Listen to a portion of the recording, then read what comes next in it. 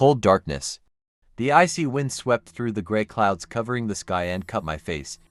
My hands, despite being covered in thick gloves, were beginning to freeze. Next to me was the dog sled we had prepared to carry heavy loads in the snow. We were about to set off to deliver goods deep into the town.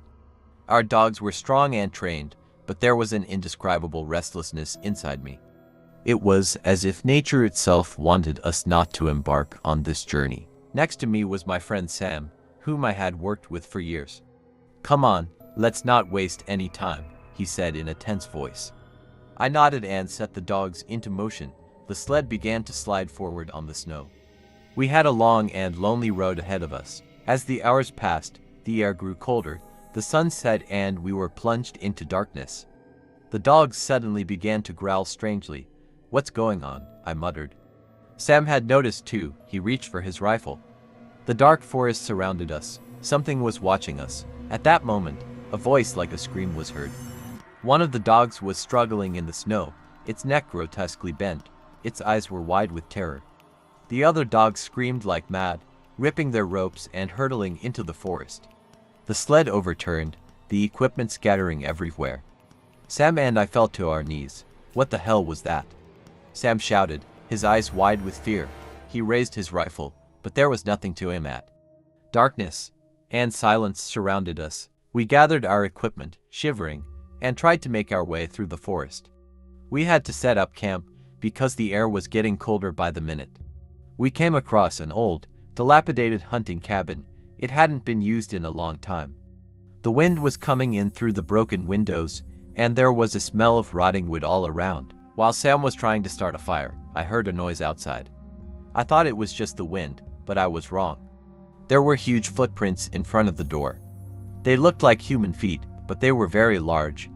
They weren't going backwards, they were just coming. We spent that night in the cabin, but we couldn't sleep. After hours of silence, strange sounds started coming from outside.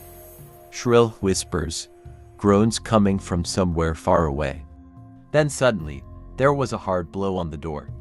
Sam aimed his rifle and headed for the door. At that very moment, the rotten wood shattered and the door fell to the ground. The thing standing in front of us looked like a person, but it wasn't. An eyeless creature with a rotten face and tattered skin. It slowly moved in. Sam fired, but the creature stumbled but didn't fall.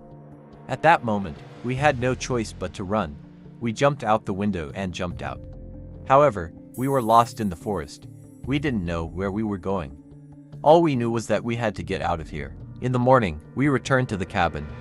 But the cabin wasn't there. It was as if it had never existed. When we looked around, we found rotten bones on the ground. It was clear that they belonged to sledgehammers. At that moment, we realized that people had disappeared here before. But luck was on our side. When Sam checked his compass, he noticed that the magnetic field was constantly changing. With some trial and error, we found our way through the thickest and foggiest part of the forest. After hours of walking, we finally saw the silhouette of the town in the distance. We almost crawled to the town. We were freezing, tired, and traumatized. No one believed what we had experienced, but we could not forget that night and the lost cabin.